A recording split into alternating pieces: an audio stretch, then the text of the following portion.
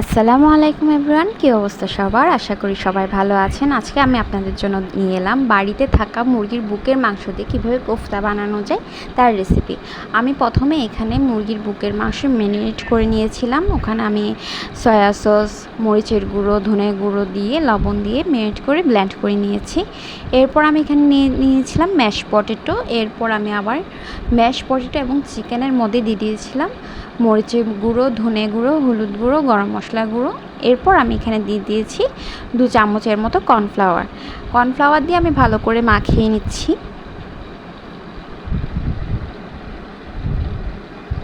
ভালো করে মাখানো হলে আমি এখানের মধ্যে দিয়ে দিব কিছু পেঁয়াজ বাটা, রসুন বাটা এবং আদা বাটা,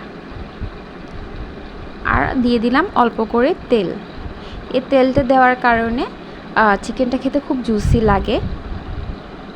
আমি ভালো করে আবার মাখিয়ে নিচ্ছি। মাখানো হলে আমি একটু হাতে তেল লাগিয়ে এভাবে ছোট ছোট বল আকারে তৈরি করে নিব।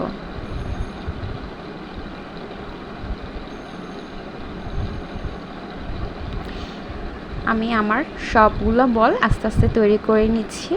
আমার সব বল রেডি করা হয়ে গিয়েছে। এরপর আমি কড়াইয়ে তেল গরমে বসিয়ে দিয়েছি। আর এই চিকেনটা হালকা আঁচেই ভাজতে হবে, মিডিয়াম টু লো রাখতে হবে আঁচটা। এরপর আমার বলগুলো আমি আস্তে আস্তে দিয়ে দিচ্ছি।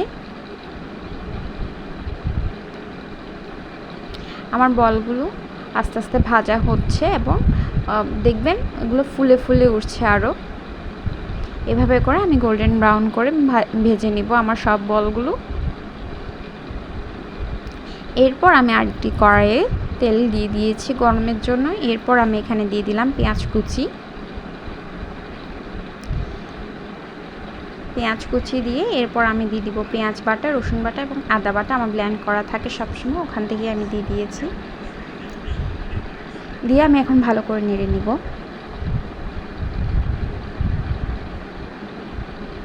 এরপর আমি দিয়ে দিব এলাচ, লং এবং গোলমরিচ দিয়ে আমি আরেকটু কষিয়ে নিচ্ছি। এরপর আমি দিয়ে দিব মরিচের গুঁড়ো, ধনে গুঁড়ো এবং হলুদ গুঁড়ো। আমি সামান্য আরেকটু গরম মশলার গুঁড়ো দিয়েছি। এরপর দিয়ে দিব স্বাদ মতো লবণ। এরপর আমি ভালো করে কষিয়ে নিব আমার মশলাটা।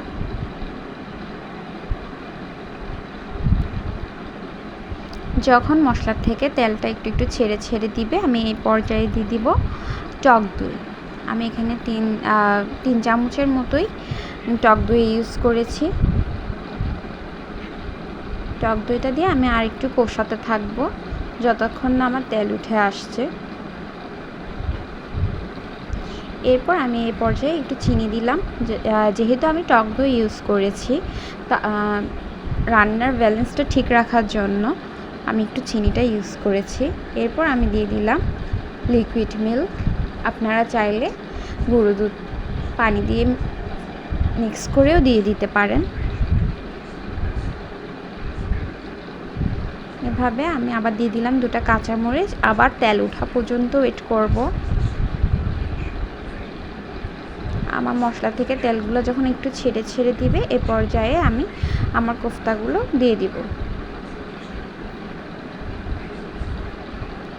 খুবই ইজি এবং আপনারা খুব অল্প সময়ে এই রান্নাটা কমপ্লিট করতে পারেন। আসলে একঘেয়ে মুরগির মাংস খেতে ইচ্ছা করে না, তাই এভাবে মাঝে মধ্যে করে খেতে পারেন। আমি 5 মিনিট ঢেকে দিব। এরপর 5 মিনিট পরে আমি আরেকটু লিকুইড মিল্ক ইউজ করেছি এবং একটু পানি ইউজ করেছি, দিয়ে আবার 5 মিনিটের মতো রান্না করব। বাস রেডি হয়ে গেল আমার চিকেন কোফতা। বাসায় ট্রাই করে আমাকে অবশ্যই জানাবেন, আর ভালো লাগলে আমার পেজটিকে লাইক দিয়ে দিবেন। Thank you so much. Allah হাফেজ।